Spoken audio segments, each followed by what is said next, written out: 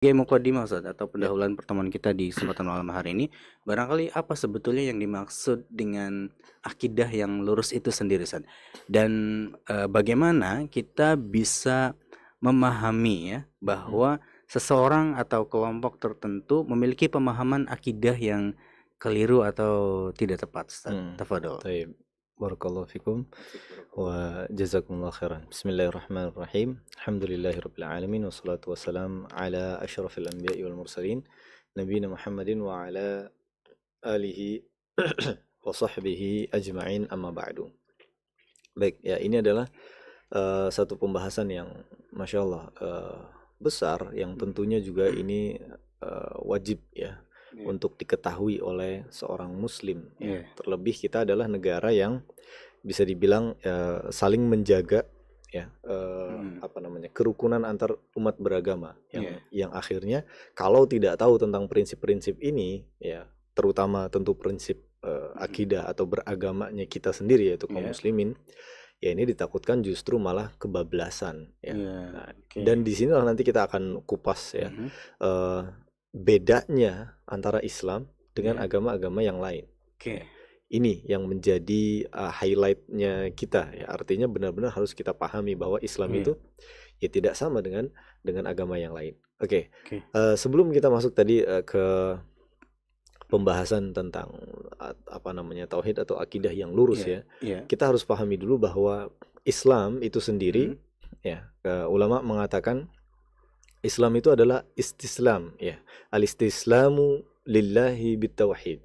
oke, Ada tiga unsur yang harus kita pahami terlebih dahulu sebelum kita masuk kepada tauhidnya. Yang pertama, seorang muslim ya atau agama Islam ini adalah menyerahkan diri atau berserah diri kepada mhm, Allah Subhanahu wa taala bitauhid oke, dengan pengesaan mhm, kepada Allah Subhanahu wa taala. Dan jangan salah, ini juga diatur oleh undang-undang negara kita, ya kan? mhm, Yang undang-undang apa namanya Pancasila nomor bukan apa Pancasila ya iya, Pancasila nomor satu adalah ketuhanan, ketuhanan yang maha esa ya yang artinya itu sudah tepat sekali untuk iya, kita yang mayoritasnya adalah kaum kaum kaum muslim, muslimin. Pertama, berserah diri kepada Allah Subhanahu wa taala ya dengan tauhid, yaitu dengan mengesahkan Allah Subhanahu wa taala. Tentu kalau kita bicara tentang dalil-dalilnya sangat banyak sekali. Ya di antaranya yang paling masyhur yang juga ma'ruf insyaallah ya di kalangan kita adalah mhm, ya ayat tentang wama khalaqtul jinna wal insa illa liya'budun. Dan tidaklah kata Allah, aku menciptakan jin dan manusia itu kecuali untuk beribadah kepadaku. Ya. Dan iya, ditafsirkan oleh para ahli tafsir, ya diantaranya adalah liyuwahidun, ya untuk mengesahkan. Yang artinya ibadah itu perlu dengan tauhid. oke, Ya. Landasannya adalah tauhid. Ya. Yang nanti kita akan bahas tentang tauhid ini sendiri ya. Tapi sebelum itu ya ana lanjutkan dulu. Yang mhm, kedua adalah al-inqiyadu lahu bit-ta'ah, yaitu eee, me apa namanya, mengikuti ajaran atau agama ini mhm, dengan melakukan ketaatan-ketaatan. oke, Jadi sudah otomatis orang yang bertauhid, yang benar-benar berakidah yang benar ya, yang lurus, mereka pasti akan melakukan amalan-amalan ketaatan sesuai yang diperintahkan oleh Allah Subhanahu wa taala. oke, Karena takwa ya kita sering mendengar di khutbah-khutbah Jumat mhm, senantiasa khotib itu mengingatkan tentang iman dan takwa ya. Dan takwa ini adalah tentang bagaimana seorang hamba melakukan amalan-amalan atau melaksanakan apa yang diperintahkan oleh Allah Subhanahu wa taala dan menjauhi larangan-larangan Allah Subhanahu wa taala. Dan ini konsekuensi salah satu konsekuensi dari orang yang bertauhid. Jadi akan menjadi sinkron. Dari awalnya adalah akarnya dulu ya, mhm, pondasinya dulu tauhid yaitu akidah itu. Kemudian nanti ke atasnya adalah ia akan atau akan muncul di situ ketaatan-ketaatan kepada Allah Subhanahu wa taala. Dan yang ketiga yang juga tidak bisa dilepaskan ya dari tauhid adalah al-bara'atu minasyirki, yaitu berlepas diri dari kesyirikan. oke, Ya. Ini sepaket antara tauhid dengan syirik ini adalah hal yang mutaqabalan ya atau apa kita terjemahkan ya misalnya berpasangan tapi tidak sama. Yang artinya Berpasangan tidak kalau sama. kita menyebutkan tauhid sudah otomatis syirik ini harus dibahas juga. Iya, Ya. Dan ini tidak harus sama arti gini, kayak berlawanan. analogikan Oh ya, iya, seperti sendal misalnya. oke. Kalau Anda bilang sendal, apakah kanan-kanan atau kiri-kiri? Pasti kan kanan-kiri kan? Kanan kiri ya. Nah, dan kanan dengan kiri itu berbeda. Iya. Tapi kalau kita sebut sendal, Hmm. pasti orang ngambilin kan kanan dan kirinya gitu, bukan Kanan dan kanannya kiri. doang. Iya. Nah, jadi maksudnya seperti itu. Jika tauhid ini dipanggil, artinya dibahas, maka sudah otomatis pemahaman tentang kesyirikan ini juga harus diikutkan. Oke. Kenapa? Agar tidak mengganggu keabsahan tauhid tersebut. Oke. Nah, inilah kata para ulama yang disebut dengan ya Islam ya, atau istislam, ya berserah diri kepada Allah Subhanahu wa taala, ya, atau bisa kita katakan 3 prinsip lah ya. 3 hal, 3 pondasi, 3 prinsip dari akidah seorang muslim yang tidak boleh seorang muslim lepas dari ketiganya ya. Artinya ini 3 paket ya, 1 paket ya dari 3 hal ini yang benar-benar harus dipahami oleh seorang muslim ya ketika berakidah. Nah, kemudian baru kita turunkan lagi kepada akidah yang lurus, yang benar. Dan ini telah disebutkan oleh Rasul Shallallahu Alaihi Wasallam. Kita persingkat saja ya, ketika Rasul Shallallahu Alaihi Wasallam menggariskan ya di depan para sahabat sebuah garis, kemudian digambarkan lagi di sebelah-sebelahnya itu percabangan atau garis-garis yang banyak. Oke. Kemudian Rasulullah mengatakan hadhi sabili, ini adalah jalanku, wa hadhihi as-subul, dan yang lainnya itu yang banyak itu adalah percabangan ya, cabang-cabang atau jalan-jalan yang lain. Dan yang dimaksud dengan jalan Rasul SAW adalah satu jalan lurus tersebut. Oke. Yang mana kata Rasul SAW kemudian ya adalah yang berpegang teguh kepada kitabullah. Nah, ini poin besar ya, berpegang teguh kepada kitabullah. Yang kedua, sunnahnya Rasul Sallallahu Alaihi Wasallam. Dan yang ketiga adalah ya pemahaman dari para sahabat, atau jamaah yang dimaksud di sini adalah ya para ulama ya dari kalangan para sahabat. Yang mana artinya ya akidah yang lurus ini harus berdasarkan dengan Alkitab pertama. Kedua sunnah, yang ketiga adalah pemahaman dari salafus saleh, salaful ummah ya, atau para sahabat ya, dan juga tabi'in yang benar-benar mengikuti jalan Rasul Shallallahu Alaihi Wasallam. Valid seperti itu. Ya, artinya ketika kita menemukan salah satu fenomena misalnya ataupun sebuah kasus yang berkaitan dengan keyakinan, maka kembalikan kepada Al-Quran dan Sunnah melalui pemahaman sahabat, bukan dipahami oleh orang, apalagi orang yang tidak berkompeten dalam memahami Al-Quran dan Sunnah. Banyak kan orang mengatakan ya gimana guru kita gitu kan. Ya, yang penting ada dalilnya. Betul, yang paling penting adalah dalilnya. Ada dalilnya, tapi bukan yang penting ada dalilnya, tapi pemahamannya juga harus dikoreksi. Pemahaman siapa ini? Bisa jadi, karena bisa jadi dalam tafsir, dalam ilmu tafsir saja itu dibahas tentang ada namanya tafsir, ada namanya ta'wil, dan ada namanya tahrif ya. Tafsir adalah menafsirkan, atau sudah jadi bahasa Indonesia ya, menafsirkan, memperjelas ya, menjelaskan tentang kalimat-kalimat atau ayat-ayat yang ada dalam Al-Quran. Ta'wil maknanya dekat dengan itu ya. Cuman ada beberapa ulama mengatakan ya bahwa ta'wil itu agak sedikit berbeda ya. Yang dimaksud adalah makna di luar konteks. Artinya apa berarti ya? Jadi ada tekstual, ada kontekstual. Nah, yang kontekstual itu ta'wil. Ya, sebagian ulama mengatakan demikian ya. Kemudian ada tahrif, ada penyelewengan. Nah, yang ana maksud adalah kalau kita mengatakan yang penting ada dalilnya, ada betul dalilnya, tapi pemahamannya itu loh. Ya. Kalau diselewengkan ya tadi, Al-Qur'annya ada ayatnya betul, tapi diselewengkan maknanya oleh orang lain yang katanya mereka adalah ulama mungkin barangkali. Nah, ini bisa menjadi masalah.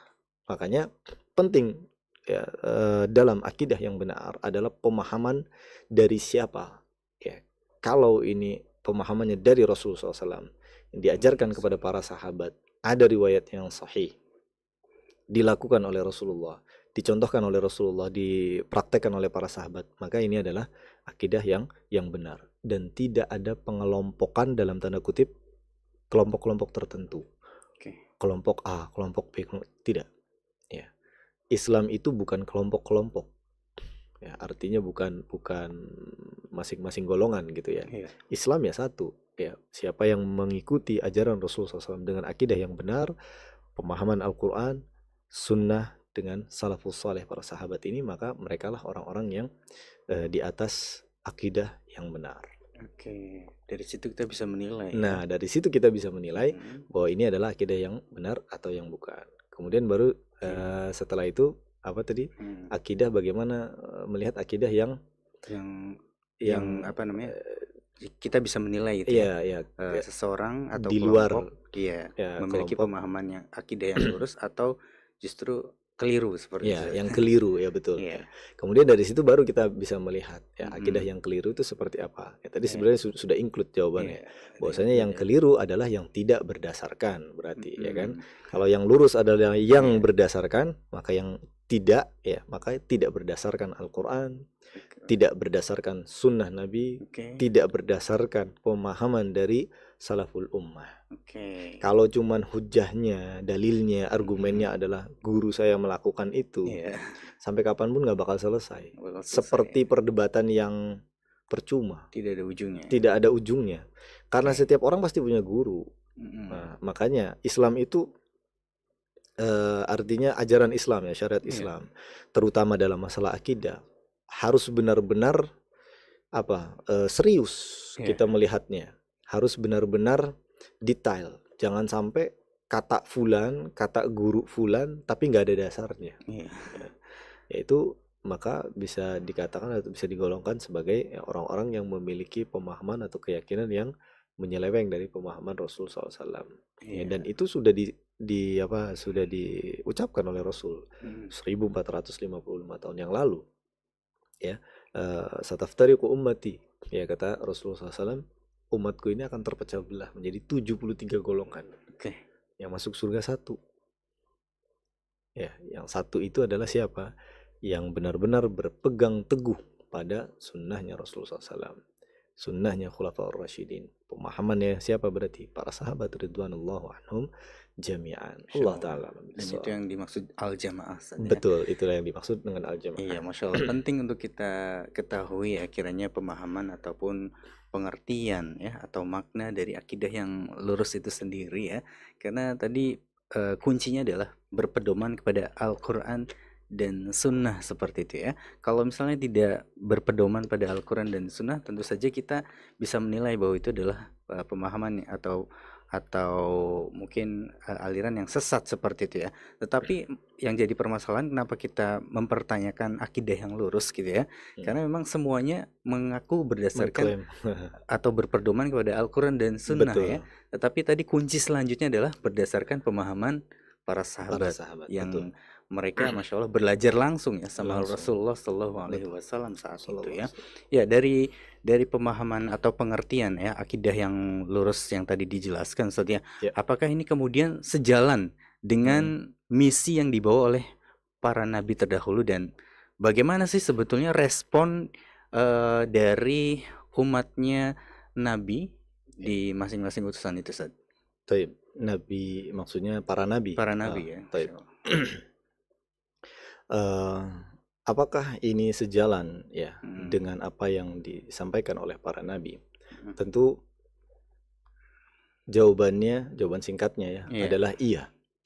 Karena tujuan diutusnya para nabi dan rasul ke muka bumi ini dari awal penciptaan sampai akhir kehidupan adalah satu. Adalah untuk mengesahkan Allah Subhanahu wa Ta'ala.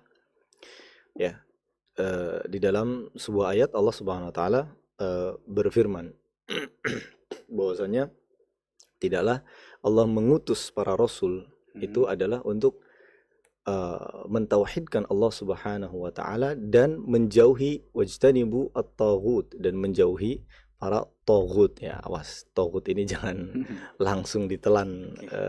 Biasanya ada oknum-oknum nanti ya udah dengar togut itu langsung wah ini Arahnya ke ya sana ya. arahnya ke sana ya. Enggak ya. Tapi itu ada di dalam Al-Qur'an. Maksud Ada ana ya. Oke. kitanya jangan memahami yang tidak benar Yang ya. tidak benar ya. Oke. Ya, yang mana ya togut ini adalah segala sesuatu yang diagungkan, disembah ya, diibadahi selain Allah Subhanahu wa taala. Ya, yang berarti adalah eh, Allah Subhanahu wa taala benar-benar menjelaskan kepada kita semua. Walaqad ba'atsna fi kulli ummatin, bahkan ya kata Allah Subhanahu wa taala telah diutus ya kepada seluruh umat. Artinya dari zaman pertama kali diciptakannya manusia, setiap umat itu diutus, entah itu para nabi ataupun para rasul. Yang nabi ini jumlahnya kita wallahu alam ya, ada banyak sekali. Oke. Namun nabi dan rasul yang senantiasa dihafal ya oleh kita, anak-anak kita dan saudara-saudara kita, ada 25 nabi dan rasul, dan semuanya tidak ada satupun yang bertentangan satu sama lain dalam hal tujuannya. Oke. Jadi kalau kita bahas syariatnya memang berbeda-beda. Seperti contohnya syariat Nabi Musa, ya, syariat Nabi Isa, Nabi Ibrahim, ya, pindah dari zaman ke zaman para rasul, ya, berganti 25 nabi dan rasul tersebut. Syariatnya memang berganti-ganti. Artinya ya ada tata cara tersendiri, ya. Boleh kita ambil misalnya contoh ada haji di masanya Nabi Ibrahim, ya, tapi berbeda dengan syariatnya Nabi kita Muhammad SAW. Tapi ya yang paling inti dari itu semua adalah tujuannya, ya. Kata Allah Subhanahu wa taala, Allah mengutus ya di setiap umat, ya, fi kulli ummatin rasulan walaqad ba'atsna fi kulli ummatin rasulan an i'budullah. Untuk apa? Ya ini nih. Garis tebalnya itu di sini, yaitu an i'budullah, untuk menyembah Allah semata. Wajtanibut taghut, dan menjauhi itu tadi ya sesembahan-sesembahan, pengagungan-pengagungan ya selain Allah Subhanahu wa taala, atau tandingan-tandingan ya yang dipertuhankan selain Allah Subhanahu wa taala. Nah, dari sini maka bisa kita simpulkan bahwa akidah yang disampaikan atau keyakinan yang diajarkan oleh Rasul Shallallahu Alaihi Wasallam kepada para sahabatnya itu sejalan, segaris, ya istilahnya ada garis lurusnya di sana, dari seluruh para nabi dan seluruh para rasul. Tujuannya satu. Ya, boleh kita cari semua buku sejarah, semua kisah para nabi dan para rasul, tidak ada satupun yang menyembah berhala. Tidak ada satupun yang menyeleweng dari inti garis yang telah Allah tetapkan, yaitu menyembah Allah semata. Ya. Bahkan sebelum atau dimulainya adanya orang-orang yang menyembah selain Allah, ya, atau bisa kita katakan kesyirikan, ya, itu bermulanya bukan dari awal.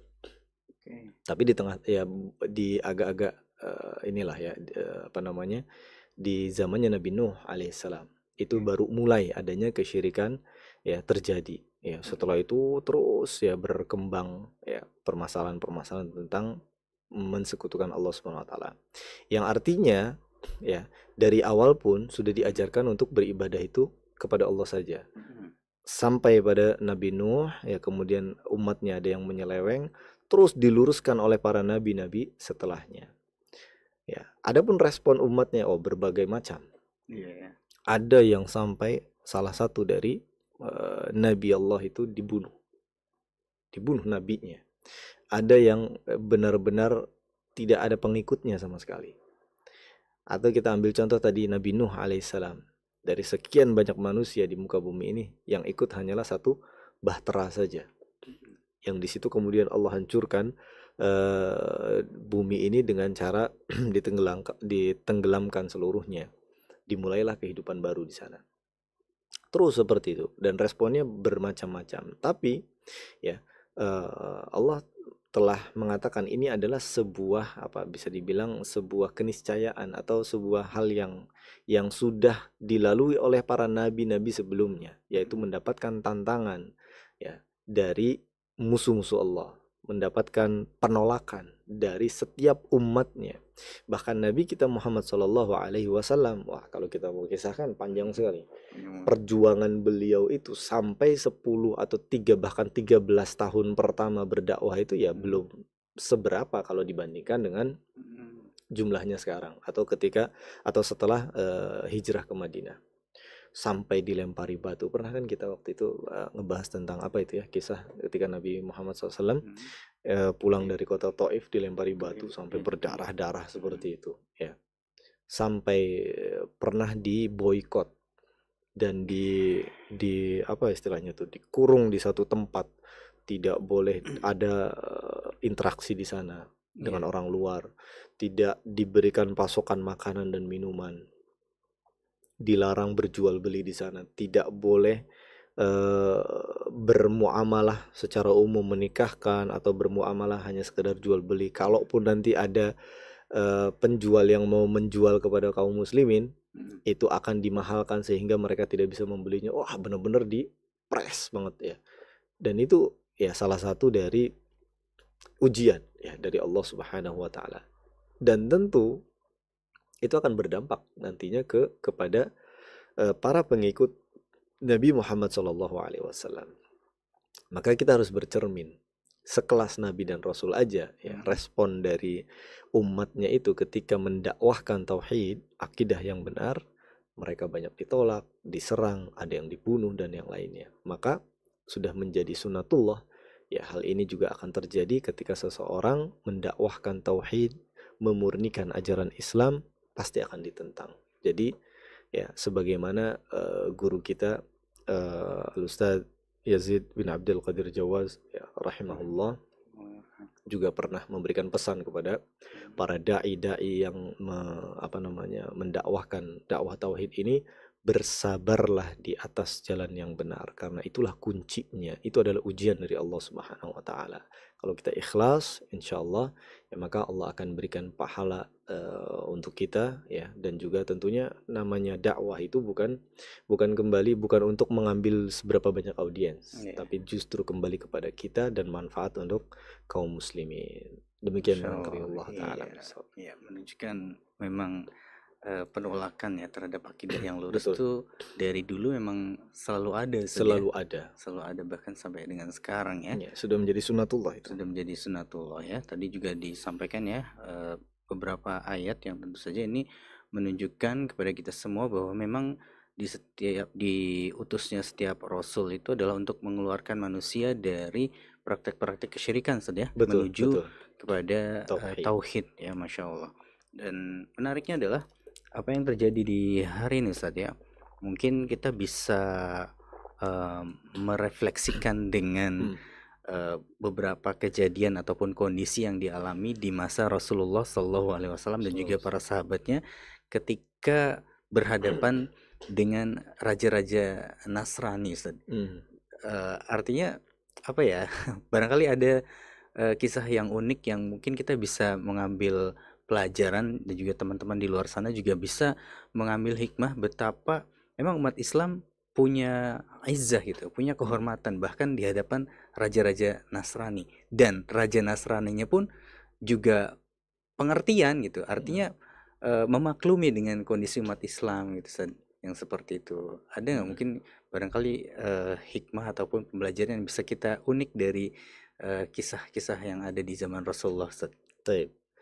Ya, beberapa dari pemuka-pemuka agama, raja-raja ya di luar Islam ya di saat atau di zaman Rasul Shallallahu Alaihi Wasallam ya, sebagian mereka ada yang benar-benar sama sekali menutup diri untuk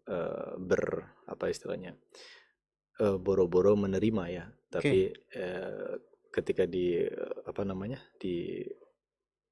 nasihati, dikirimi surat lewat utusan saja sudah benar-benar ditolak mentah-mentah. Ada. Tapi beberapa sebenarnya ya mereka menyadari bahwa ini adalah satu kaum muslimin atau Nabi Muhammad SAW dengan ajarannya itu adalah satu pemahaman, satu keyakinan yang mereka tidak bisa bantah. terutama bagi para pemuka agama mereka. Nggak usah jauh-jauh dari para rajanya. Ya, kalau kita misalnya ambil dari sejarah 10 tahun pertama dari dakwah Nabi SAW, di sana ada hijrahnya para sahabat ya ke Habasyah, ke satu dan yang kedua. Itu ketika mereka dikirimkan oleh Rasulullah SAW menuju Habasyah, raja yang di sana itu bukan raja yang sudah Muslim, masih beragama Nasrani.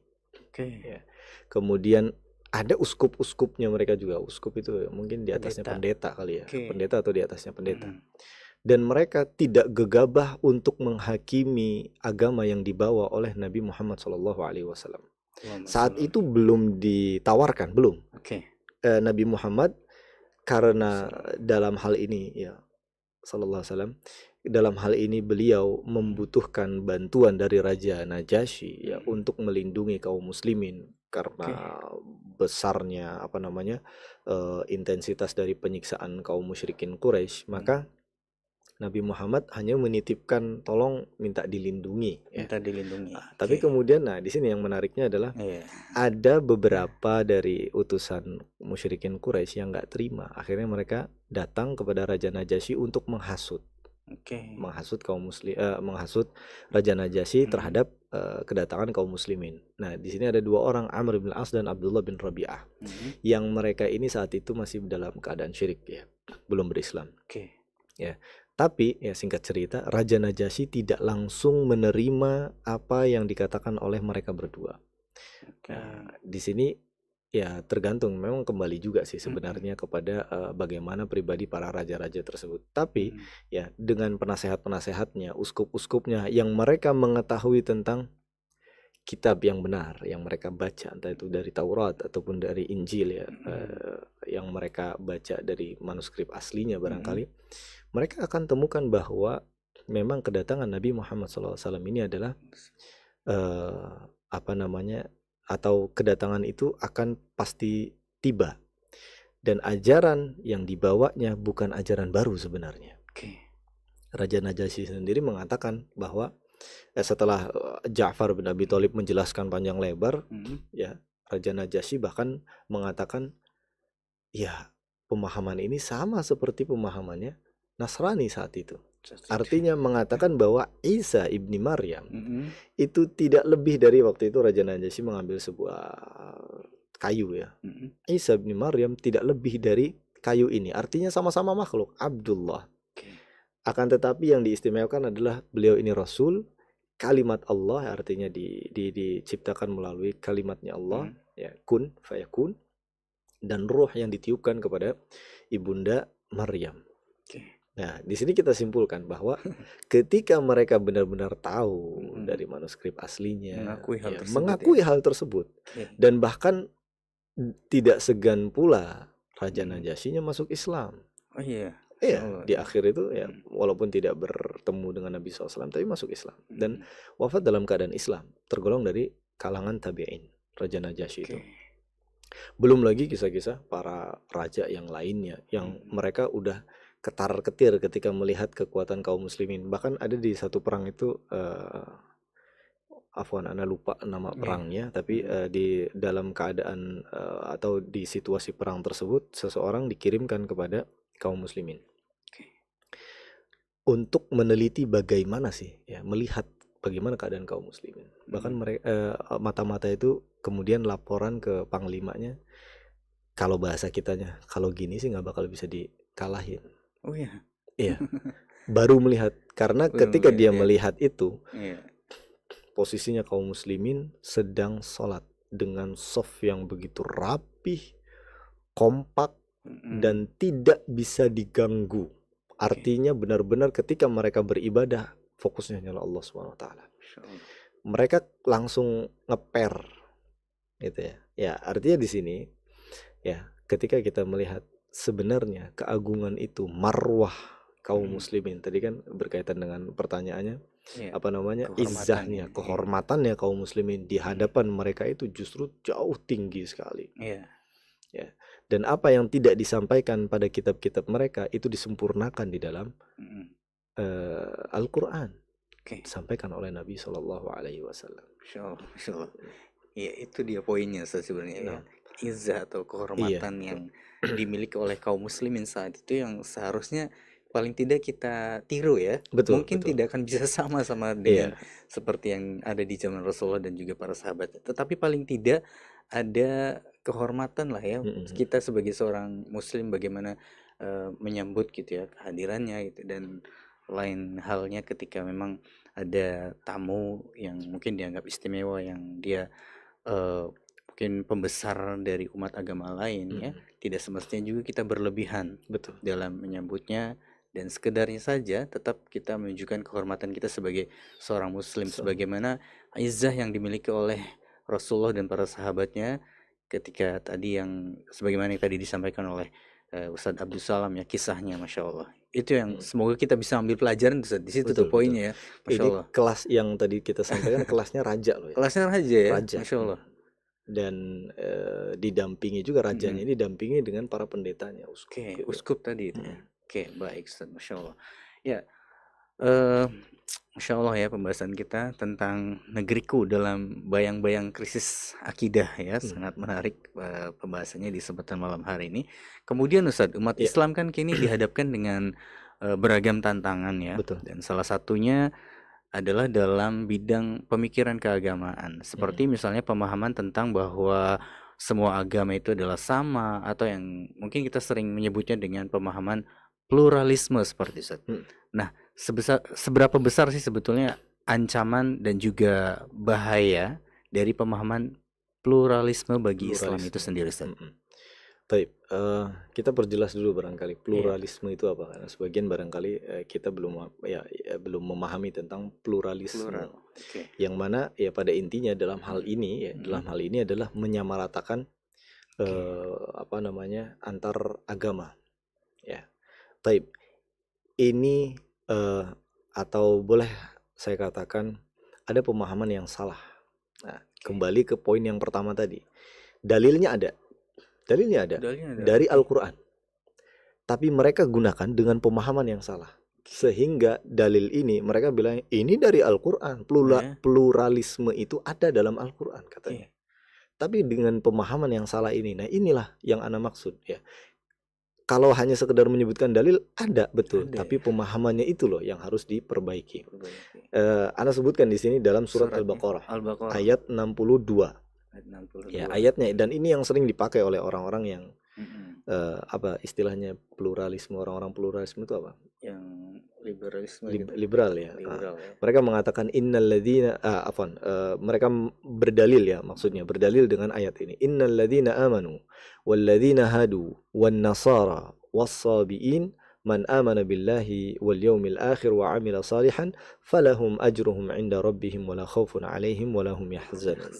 Sesungguhnya orang-orang mukmin, orang-orang Yahudi, orang-orang Nasrani, dan orang-orang Sabiin, siapa saja di antara mereka yang benar-benar beriman kepada Allah dan hari akhir, kemudian mereka beramal saleh, mereka akan menerima pahala dari Rabb mereka. Nah, kan kalau pemahaman secara sepintas berarti mau agamanya Nasrani, Yahudi, atau yang agama-agama yang lain. Iya juga ya. Nah, disinilah yang mereka jadikan dalil sebagai pluralisme ini. Tapi apakah kesimpulan itu bisa diterima? Jawabannya tidak. Karena kalau dengan pemahaman yang tadi ya, dengan pemahaman pluralisme ini akan bertentangan, bahkan banyak bertentangan ya dengan ayat-ayat yang lainnya. Sedangkan salah satu dari ciri ya, atau mumayyizul Quran, mizah ke perbedaan antara Al-Quran dengan kitab-kitab yang lainnya adalah ada mutanaqud di sana ya, tidak adanya kontradiksi. Nah, kalau kita memahami dengan pemahaman pluralisme tadi, maka terjadilah kontradiksi. Akhirnya kalau kita sepakati seperti itu, berarti kitab suci ini batal. Karena bertentangan dengan ayat-ayat yang lainnya. Salah satunya saja adalah ketika Allah SWT mengatakan Inna dina indallahi al-Islam. Sesungguhnya agama di sisi Allah itu ya yang paling benar, yang diterima adalah Islam. Ya. Dan tidak mengatakan agama yang lain itu sama. Ya. Kemudian perlu kita pahami juga bahwa ini adalah akidah. Mau tidak mau kita katakan dengan jelas dan gamblang tidak ada penyetaraan agama. Kok kayaknya radikal sekali? Ya. Tidak. Tapi kalau kata para ahli filosof nanti ya, kalau anak kita bahasnya dengan bahasa ya, dari segi bahasa agama itu memang harus radikal. Tapi mohon maaf jangan disalahpahami lagi. Yang dimaksud secara bahasa radikal adalah mengakar. Jadi kalau kita memahami agama tuh memang harus mengakar. Jangan ngambang-ngambang. Iya. Jangan sedikit-sedikit, jangan tanggung-tanggung. Jadi harus benar-benar kuat dari akarnya. Maka fanatisme agama dalam tanda kutip ya, itu perlu. Karena memang seperti itulah ya agama. Dan itulah bedanya agama Islam dengan agama-agama yang lain. Salah satu ya, Anda bawakan sedikit dari ini dari luar ya. Salah satu tokoh yang dulunya dia Nasrani, kemudian dia masuk Islam. Dia mengatakan, saya berani bertaruh ya bahwa jika ada satu agama yang akan bertahan sampai akhir dari kehidupan ini adalah Islam. Karena mereka punya prinsip beragama beda dari yang lainnya. Kalau agama yang lain membercandai atau mengolok-olok atau ya tidak serius ya, menjadikan agama mereka bahan candaan, itu tidak masalah.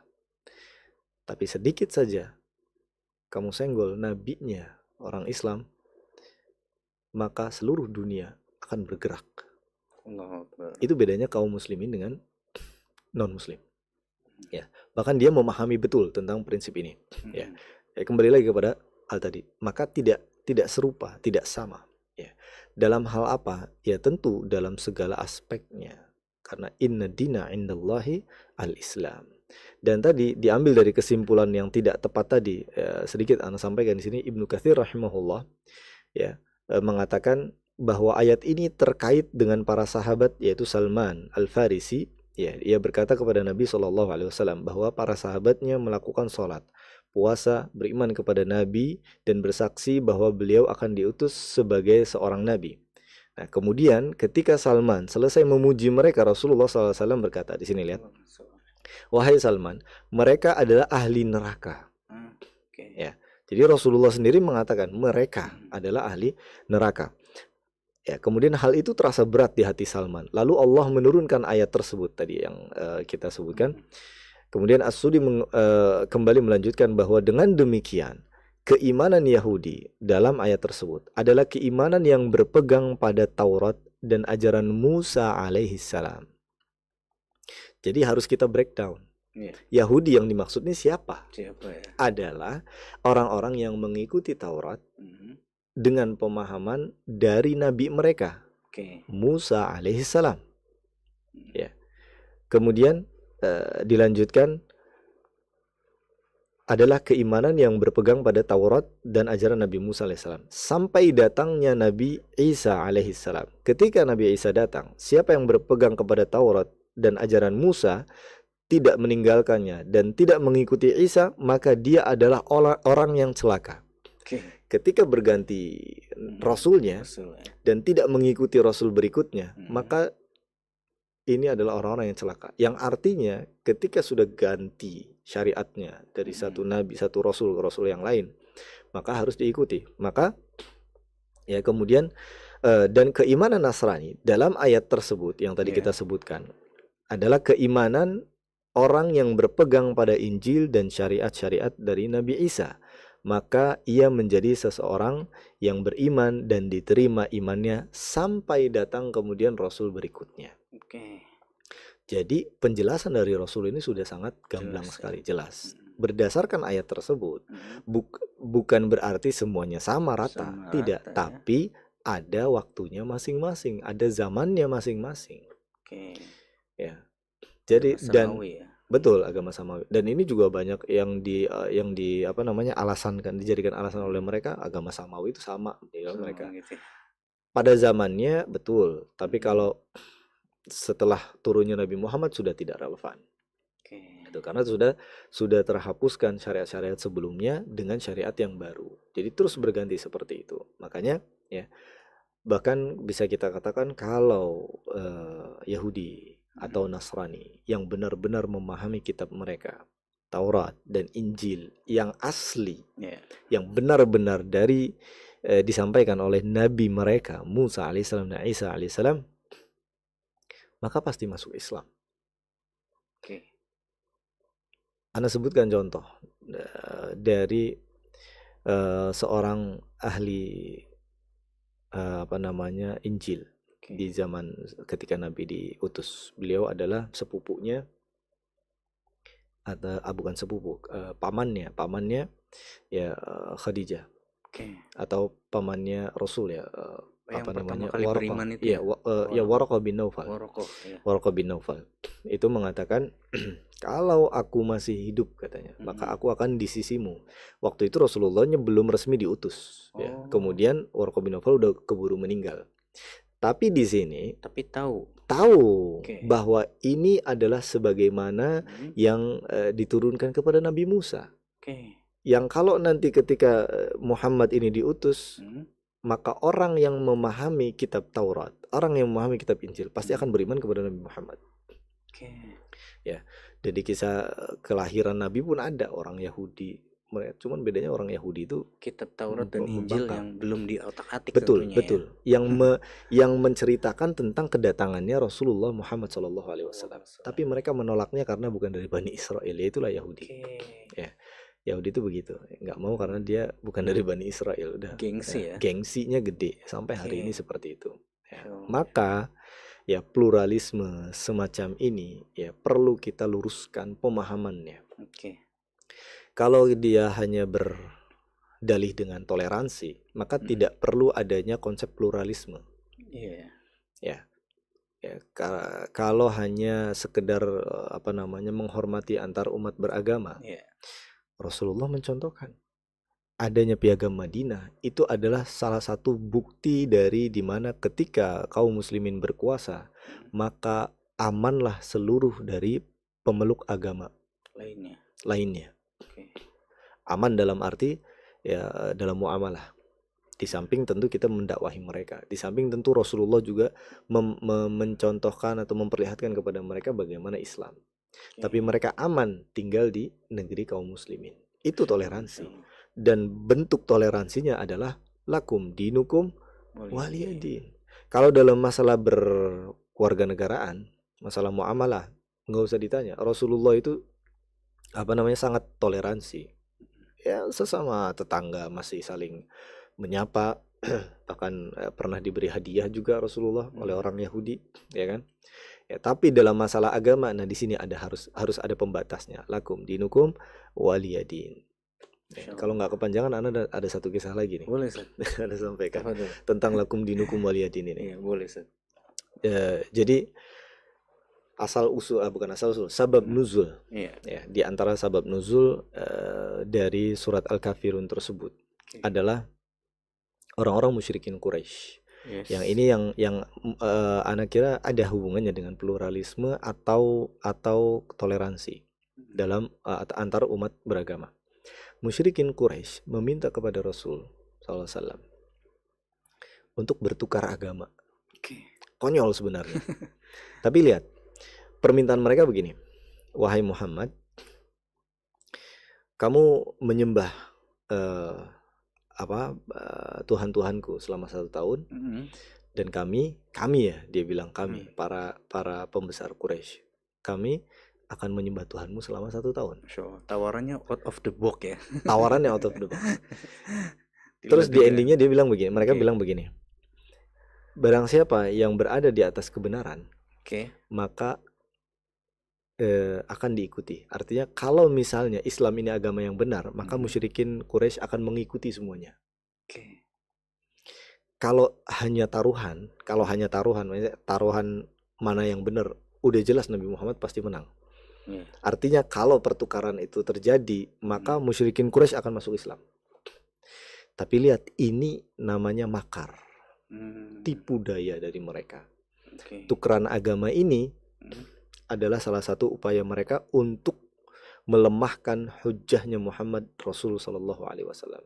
Jadi nanti para sahabatnya akan berpikir, Rasul kita aja toleransinya sampai segitunya tuh. Iya. Tuker agama mau. Jadi alasan ya. Jadi alasan nantinya. Nantinya ya.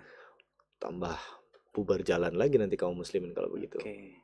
Ya, maka dari itu kemudian Allah Subhanahu wa taala menurunkan qul ya ayyuhal kafirun la a'budu ma ta'budun. Aku tidak menyembah apa yang kalian sembah, dan begitu juga sebaliknya. Lakum dinukum waliyadin. Untukmu agamamu, untukku agamaku. Oke. Sekali lagi, ini dalam masalah keyakinan, dalam masalah beragama. Iya. Adapun toleransi dalam keseharian, dalam bermuamalah dengan manusia, ya, itu masih tetap berjalan sebagaimana mestinya kita bermuamalah dengan manusia. Cukup sampai situ saja. Jangan terlalu masuk sampai ke ranahnya agama. Oke.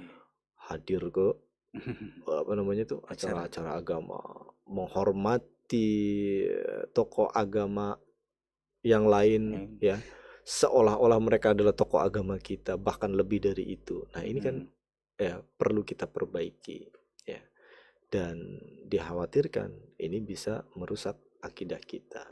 Masya Allah. Na'udzubillah min dzalik. Iya. Jadi kayak turunnya surat Al-Kafir itu kayak Nabi Muhammad lagi dikasih tahu jangan mau gitu ya. Betul. Menerima tawaran dari kaum musyrikin saat itu saja. Masya Allah. Dan itu bukan satu-satunya tawaran musyrikin Quraisy. Jadi sebelum-sebelumnya ada juga tawaran-tawaran yang menjerumus nyerempet ke sana. Yang seolah-olah nggak ganti agama, tapi ternyata tujuannya adalah untuk mengganti agama tersebut. Liberalnya saat itu. Iya, liberalnya saat itu seperti itu. Makanya itu perlu ditegaskan. Sangat perlu ditegaskan. Makanya berkaitan dengan pluralisme ini, maka kita harus kembali kepada ternyata di zaman Rasul juga ada yang model seperti itu, gitu. Perlu kita waspadai. Masya Allah. Karena sering banget dikatakan bahwa memang pluralisme ini, ya tadi pluralisme sudah dijelaskan istilahnya ya, mencampur adukan atau menyamaratakan semua agama seperti itu. Kan mereka beranggapan bahwa tujuan dari pluralisme ini adalah untuk menghilangkan konflik kekerasan di antara umat beragama agar lebih menghargai satu sama lain seperti itu ya. Tapi konsep Islam yang ditawarkan seperti yang tadi diceritakan oleh Ustadz itu membantah tujuan dari pluralisme itu sendiri saja. Masya Allah ya. Jadi sudah disampaikan penjelasannya ya, bahwa konsep yang memang ditawarkan Islam ya memang begitu solutif sebetulnya saja. Dan menyeluruh. Perlu di garis bawahi juga bahwa tadi ya, yang solusi yang ditawarkan oleh Islam yaitu sudah sangat jelas, sangat jelas. Kalau ranahnya adalah mencampuri agama, gitu ya, maka ini tidak diperkenankan. Tapi kalau ranahnya hanya muamalah, ya, atau muamalah itu ya keseharian saja, ya, bagaimana kita hidup ya sebagai seorang manusia, sebagai makhluk sosial ya, sebagai makhluk sosial. Ya, itu diperkenankan selagi tidak berkaitan dengan masalah agama. Tapi kalau sudah campur aduknya dengan dalam masalah agama ini, maka tegas sekali ya, Islam sangat tegas sekali dalam hal tersebut.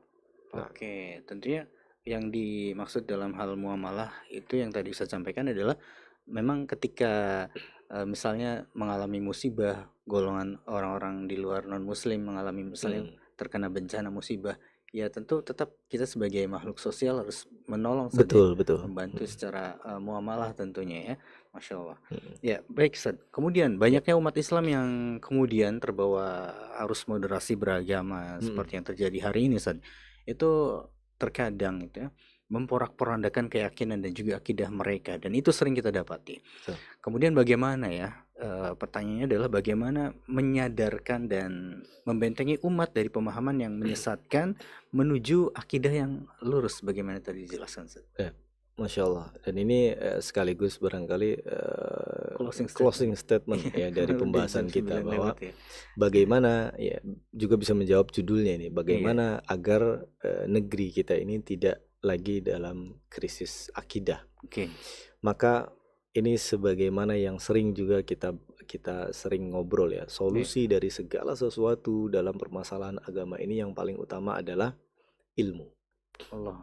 Ya, maka tidak pernah bosan-bosannya ya, kami ingatkan untuk seluruh kaum muslimin di Indonesia, di dunia ini ya, teruslah ya menuntut ilmu ya, karena dengan ilmulah kita akan tercerahkan bagaimana sebenarnya ya agama kita yang lurus ini ya, bagaimana ya aturan-aturan dari Allah Subhanahu wa taala dan juga Rasulnya Shallallahu alaihi wasallam. Yang mana kemudian dari ilmu ini kita bisa mengetahui batasan-batasan ya, batasan-batasan dari bagaimana seharusnya seseorang beragama ya. Dan permasalahan akidah ya, atau keyakinan ini adalah urusan yang tidak bisa dinomorduakan ya. Kenapa kita katakan seperti itu? Karena dahulunya Rasul SAW pun ketika mengajarkan para sahabatnya, dimulai dengan mengajarkan akidah terlebih dahulu. Walaupun memang tidak dikatakan mereka belajar akidah gitu ya, ada mata pelajaran akidah, tidak. Tapi yang disampaikan adalah berkaitan dengan keyakinan mereka, berkaitan dengan ketauhidan mereka kepada Allah Subhanahu wa taala. Makanya ya, dalam mempelajari akidah, dalam mempelajari tauhid atau manhaj ya, itu jangan setengah-setengah.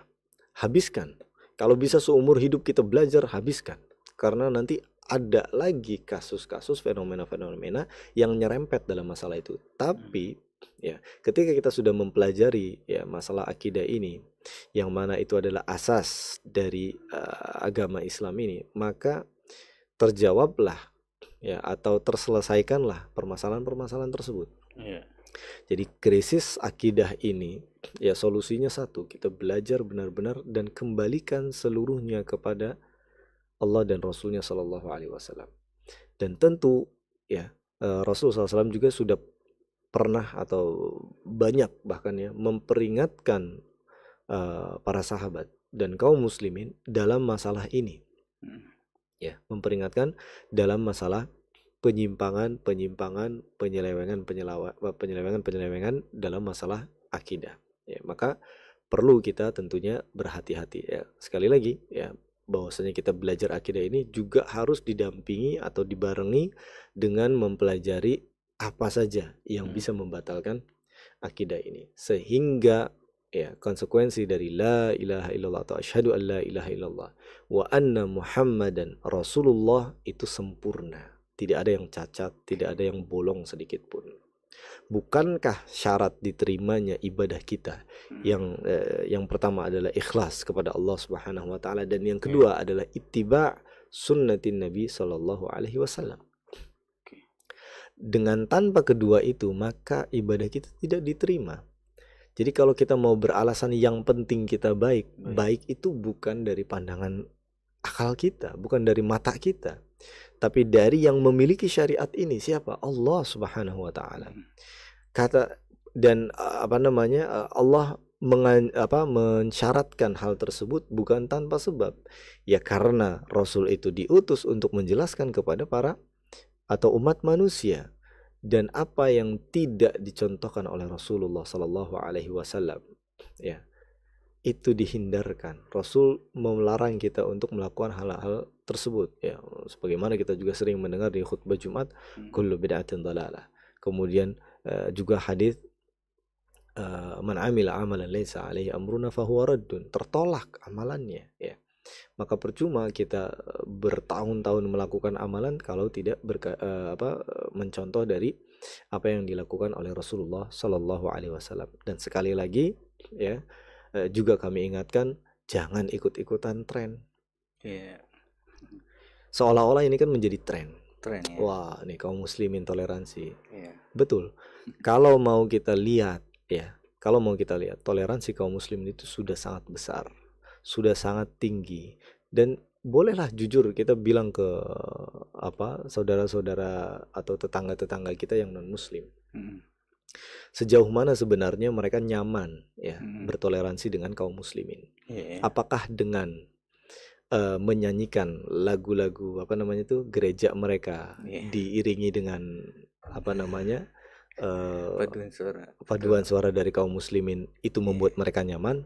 Jawabannya tidak. Tidak, malah risih ya. Tapi mungkin hanya berkedok untuk toleransi itu saja ya. Dan bahkan ada perbincangan seorang pendeta dengan seorang ustadz ya, bertanya tentang sebenarnya gimana sih batasannya, maksudnya ya ketika seorang muslim dengan umat yang lainnya, dalam hal ini waktu itu dia Nasrani ya, cukup dengan tidak ikut campur dalam masalah agamanya itu sudah menjadi toleransi yang besar. Ya balik lagi kepada lakum dinukum waliyadin ya. Yang mereka butuhkan itu bukan kita mencampuri agama mereka, bukan kita ikut-ikutan dengan event-event keagamaan mereka, bukan. Tapi toleransi kehidupan antara mereka dengan kaum muslimin. Dan banyak contohnya, ya nggak usah jauh-jauh. Ana ketika kuliah di Jakarta, itu ibu kos Ana itu orang Nasrani. Oh gitu. Walaupun masih suka ngomel karena kita namanya anak muda sering ribut lah ya istilahnya ya. Tapi sampai bertahun-tahun kami ngontrak di sana, bahkan sampai hari ini teman Ana masih ngontrak di sana, adem ayem, tidak pernah ada gangguan. Karena kita saling menghormati antara umat beragama, dan kita tidak pernah mereka misa terus kita ngapain, mereka lagi acara hari Sabtu itu terus kita ikut meramaikan, enggak. Cukup kita misalnya pergi dari rumah itu, kita biarkan dia beribadahnya ya, atau kita biarkan tidak mengganggu ketika mereka berada di gereja, sudah cukup seperti itu. Maka ya itu tadi ya antara asas ya dari Islam ini perlu ya kita pahami dengan betul, akidah yang benar yang sesuai dengan pemahaman Rasulullah SAW yang diajarkan kepada para sahabat ridwanullahu anhum jami'an. Ilmu itu nomor satu ya. Kemudian yang kedua adalah kembali kepada Al-Quran dan Sunnah ya, dan jangan pernah putus dalam belajar ya akidah ini, karena ya itu tadi berkaitan dengan hal-hal yang kontemporer juga ada ya, masalah-masalah keyakinan ini. Jangan sampai kita terjerumus kepada ya ikut-ikutan terhadap mereka yang menjadi tren ya. Semoga Allah SWT lindungi kita dari hal-hal yang demikian. Allah Ta'ala a'lam bissawab. Masya Allah, barakallahu fikum Ustaz. Jazakumullahu khairan atas pembahasannya ya, di kesempatan malam hari ini di program acara Majelis Bincang-Bincang Santai Syarat Manfaat, sebuah tema yang baru saja kita perdengarkan bersama ya. Kita semoga bisa mengambil pelajaran dan juga hikmah ya tentang kondisi yang terjadi hari ini di negeri kita yang katanya dalam bayang-bayang krisis akidah ya. Jika betul, semoga kita semua bisa bersama-sama memperbaiki agar keberkahan Allah ini turun ya kepada negeri yang kita cintai ini.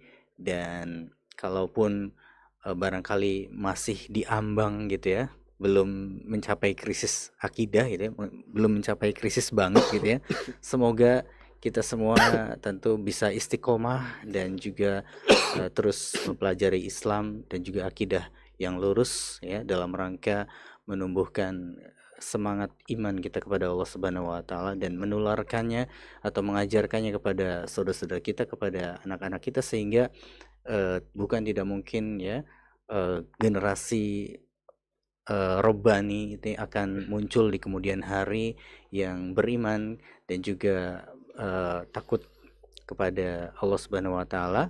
Dan bukan tidak mungkin ya negeri kita menjadi negeri yang baldatun thayyibatun warabun ghafur ya, itu yang kita harapkan bersama tentunya ya.